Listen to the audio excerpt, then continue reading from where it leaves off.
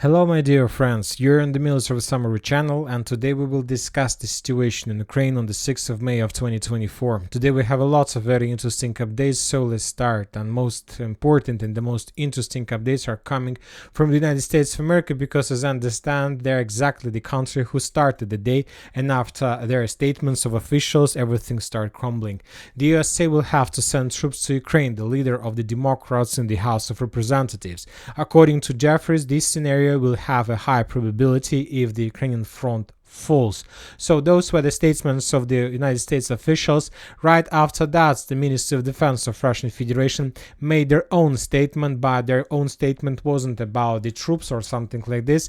The Russians were very strict, and the Russians reported that on behalf of the Supreme Command-in-Chief of the Armed Forces of Russian Federation, in order to increase the readiness of non-strategic nuclear forces to carry out combat missions, the Russians have begun the military nuclear exercises. So that was a very shocked piece of news during the day. The Kremlin said that the military exercises on the combats of the nuclear weapons are the West's response to plans to send troops to Ukraine. Furthermore, those were not the only reports and events between the Western countries and Russia.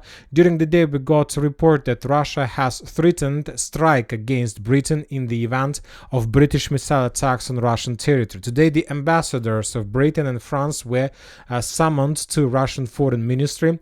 The response to Kiev attacks on the Russian Federation using British weapons could be attacks on the military targets in Britain and outside Ukraine. The department commented on the situation.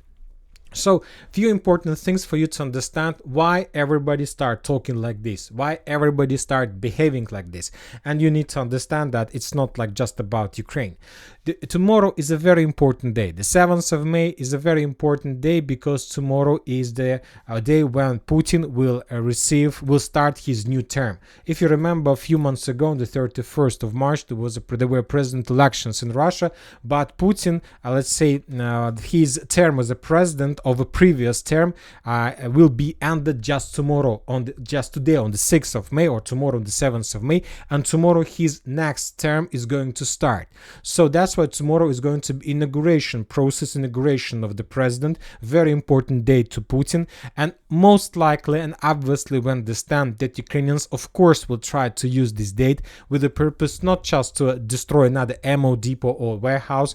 The Ukrainians will try to do something very, very big, and most likely the Ukrainians tomorrow will try to destroy Crimean Bridge exactly on the Putin inauguration day. And today, according to information we have, the Ukrainians made significant number of exercises around Crimea, trying to understand and to investigate and to discover the Russian defense belts, the Russian positions, trying to find a way how to bypass them and how to destroy the bridge during the inauguration process.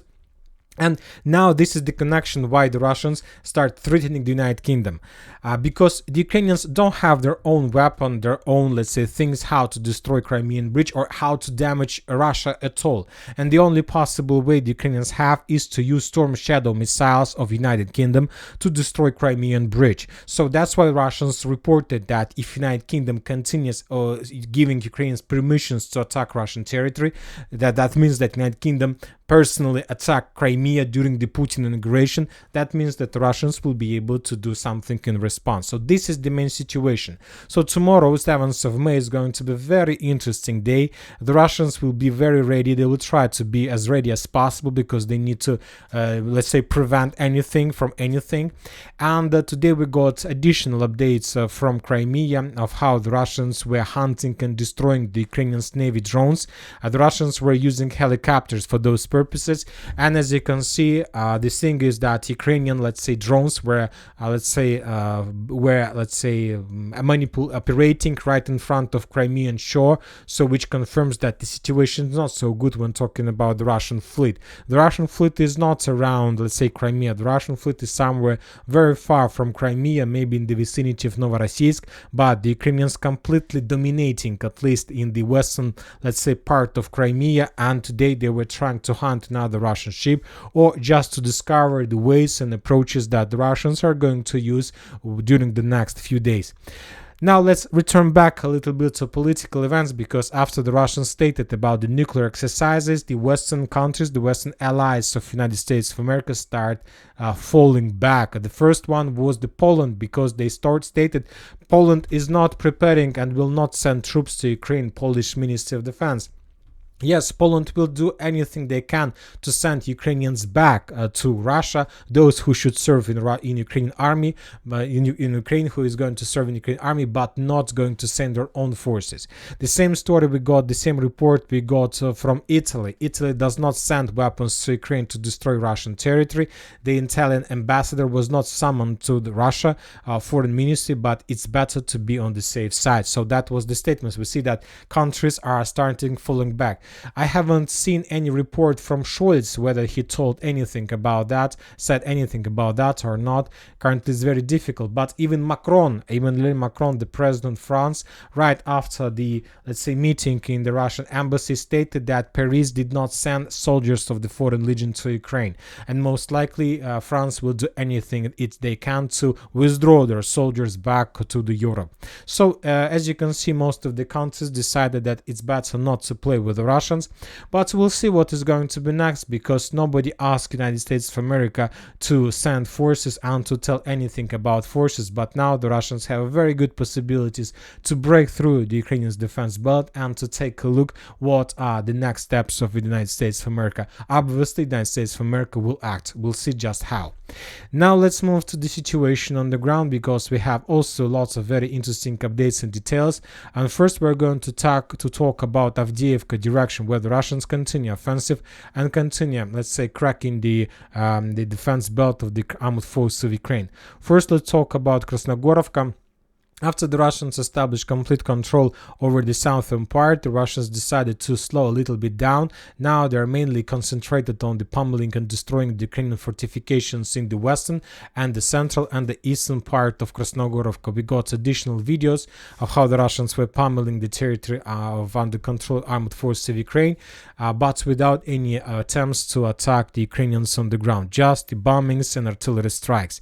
Now we're moving to Nitailova, Pervomayskaya area. According to information we have, the Russians managed to improve their positions in the central part of the village, and right before we start making the video, the Russians were controlling something like this.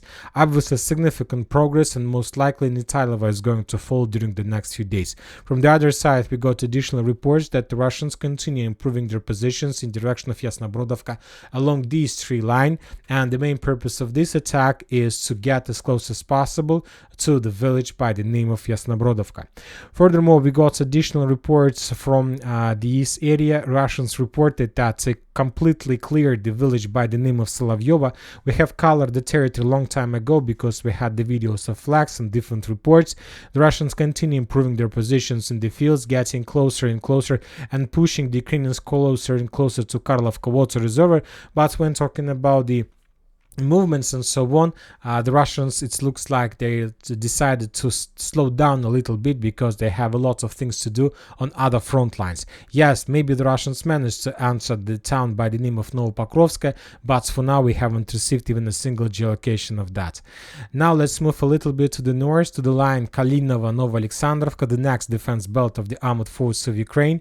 The Ukrainians are trying to slow down the Russians on this area as much as possible, but everything tells us that most likely the Ukrainians are not going to do this, are not able to do this, because the Russians continue advancing, and according to information we receive, the Russians managed to break through the Ukrainian defense belt in Novoalexandrovka to enter the village from the southeastern direction and to establish control over the first buildings in the town. So now, if it's true, if this information is confirmed, then we can say that the days of this village are numbered, and after the Russians secured the flank, most likely they're gonna continue moving further to Kalinova, trying to bypass two more Ukrainian defense strongholds and to establish control over that village as well.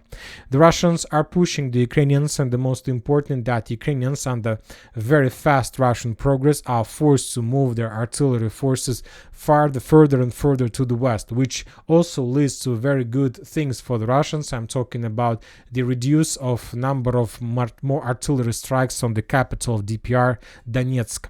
And furthermore, we got more and more reports from the head of Ukrainian army Syrsky and from the Institute of Study of War.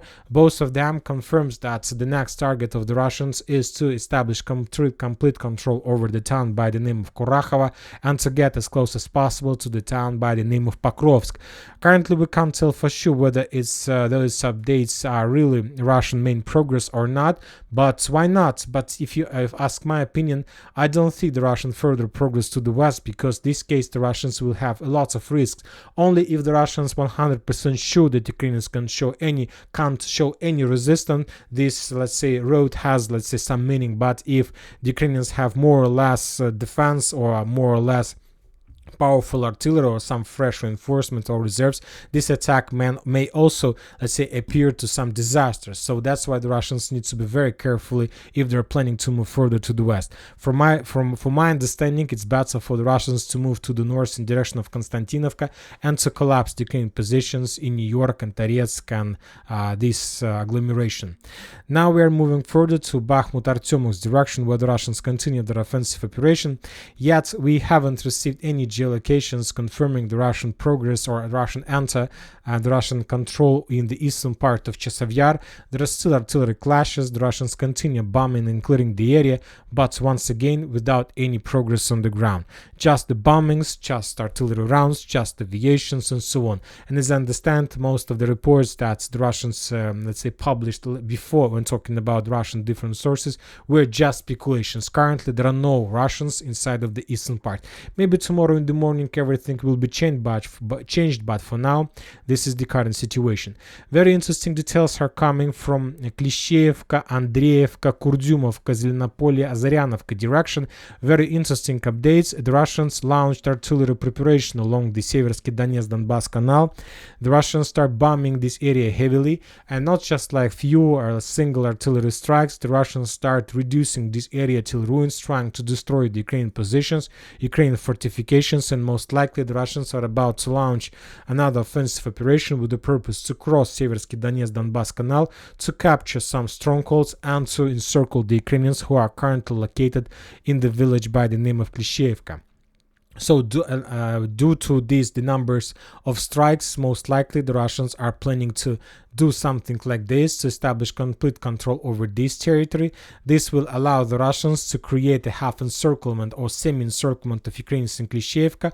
Furthermore, we got additional updates of videos from the Ukrainian side of how the Russians were storming Klishchevka, more precisely the northwestern part of Klishchevka, with using significant number of armored vehicles and tanks.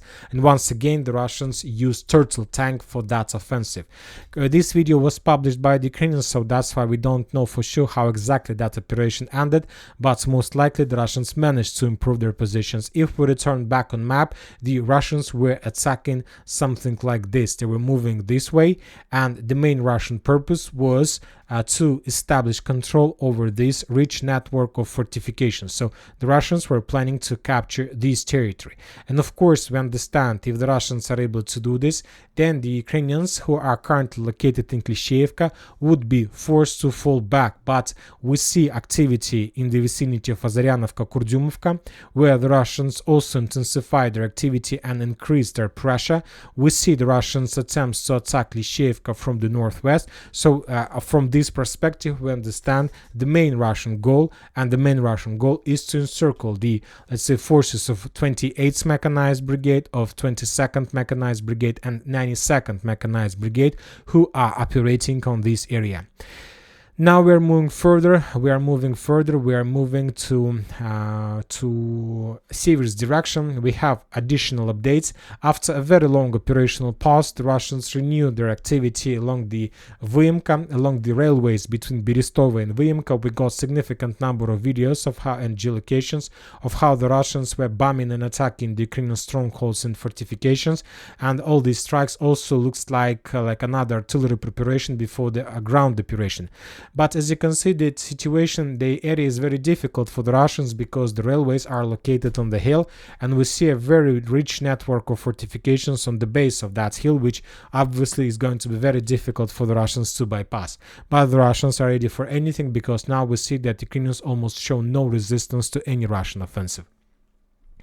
Bilogorovka direction, after a very long operational pause, after a very long, let's say, regrouping that after the Russians, let's say, had losses during the previous attempts to storm, the Russians also renewed their attempts to attack. For now, they're just at the beginning of their way. They're trying to bomb and attack the territory with different types of weapon, including multiple launch rocket systems, including, let's say, cluster aviation bombs, RBK 500 the Russians are using. So everything they have, but for now without any attempts to attack the territory on the ground.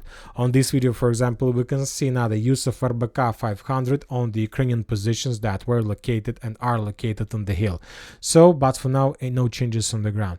Now we are moving further to the south in Kupiansk direction. We haven't received anything from this direction. As you can see, the same story, we haven't received anything from the central. But very interesting details are coming from the northern direction.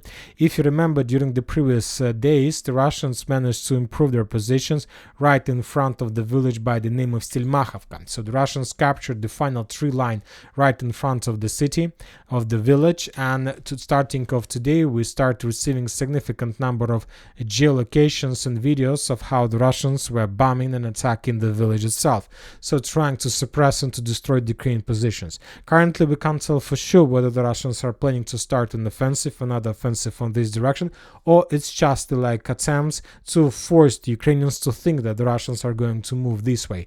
Because from the other side, from the other hand, we see that the Russians have established complete control over Kotlarovka and Kislovka.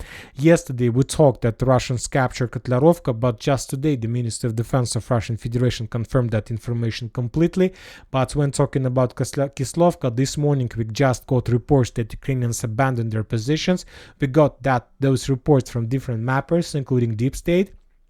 And right before we start making the video, we got the final confirmation of Russian control over the territory. We have significant number of videos of Russian soldiers who were raising the Russian flags, let's say in every part of Sinkovka, in Kislovka, sorry. We have the Russians in the central part, in the eastern part, in the western part, and many other parts, which confirms complete control over the village. Now the Ukrainians are located in a very poor positions. They are like located among the fields, and the only thing the Ukrainians can do right now is to continue falling back towards the intersection of let's say railways and road N26. So this is the next possible Ukrainian temporary stronghold. But I'm not sure the Ukrainians are able to hold this territory for a very long time. Most likely during upcoming night, the Ukrainians will move exactly on this direction. And after the Ukrainians, let's say, fall back to this area, they will try to stabilize. But after that, anyway, they will be forced to move further to the west in direction of the village by the name of Pishana. Because as I understand, the Russians during the next few days, maybe the Russians are not going to do anything before the victory day. But right after the victory day, the Russians will move further to the west and establish complete control over Stepovo, Novoselka and Ivanovka, because this is, let's say, now for the Ukraine it's going to be very difficult to hold these towns, these villages, and the better solution for them is to fall back with the purpose to save the personnel. So this is the situation. Of course, then it's going to be very difficult for the Russians to move further through the fields to Kurlivka or Petropavlovka. Maybe the Russians have already some plan, or they know what to do because there is an N26 road. Anyway, we're going to see, but we can say that the battle for Kislovka, for Sinkovka, for Kupiansk is getting something new. And now the Russians are going to pressure, to push, not just from the north, but also from the east.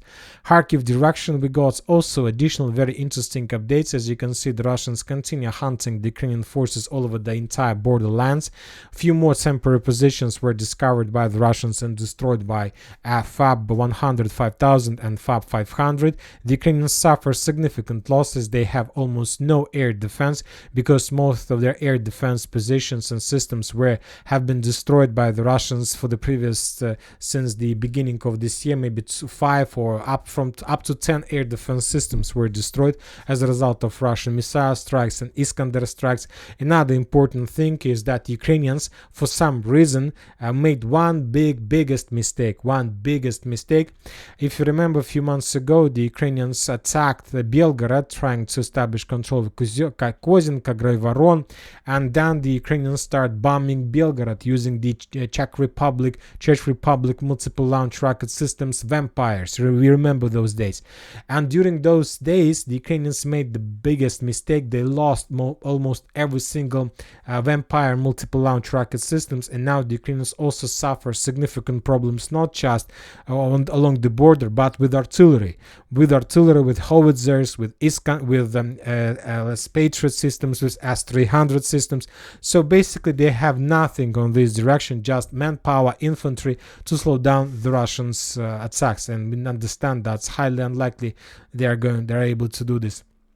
Furthermore, we have more updates from the northern part. According to information we have, according to different statements, for example, the Ukrainians reported that the Russians have already concentrated around 50,000 soldiers from Bryansk to Belgorod area. 50,000 soldiers. Of course, this is not enough to establish complete control either over Sumy or Kharkiv area, but it's just the beginning. There are a few more days in ahead. The Russians will bring additional forces, and as I understand, right before the beginning of this attack on these directions, the Russians will accumulate up to 100,000 soldiers, and this is of course significant number. We have the same reports from different, let's say, sources and different analysis. The only thing we still haven't received, more precisely we have received just from one country, is demand to leave Ukraine by the Western countries. It's a very important statement. Without the statement, we can't tell for sure whether the Russians are going to do anything at all, because usually right before the offensive, the embassy of United States, Germany, United Kingdom, France demand their citizens to leave Ukraine, or at least not to enter Ukraine without any reasons. For now, we received this type of report just from the United Kingdom. And let's finish the video with the southern directions. The Russians continue moving and continue offensive in the Velika Novoselovka. We have additional updates of additional Russian progress of how they were bombing. For now, without any changes on the ground, I expect that during the next few days the Russians will reduce activity before the Victory Day, but right after the Victory Day, something big and something significant obviously is going to happen. And that's it for today. Military Summary channel reminds to condemn any violence in the world. Thank you for watching. Subscribe to my channel, put your likes, join my Patreon, and have a good day. Bye bye.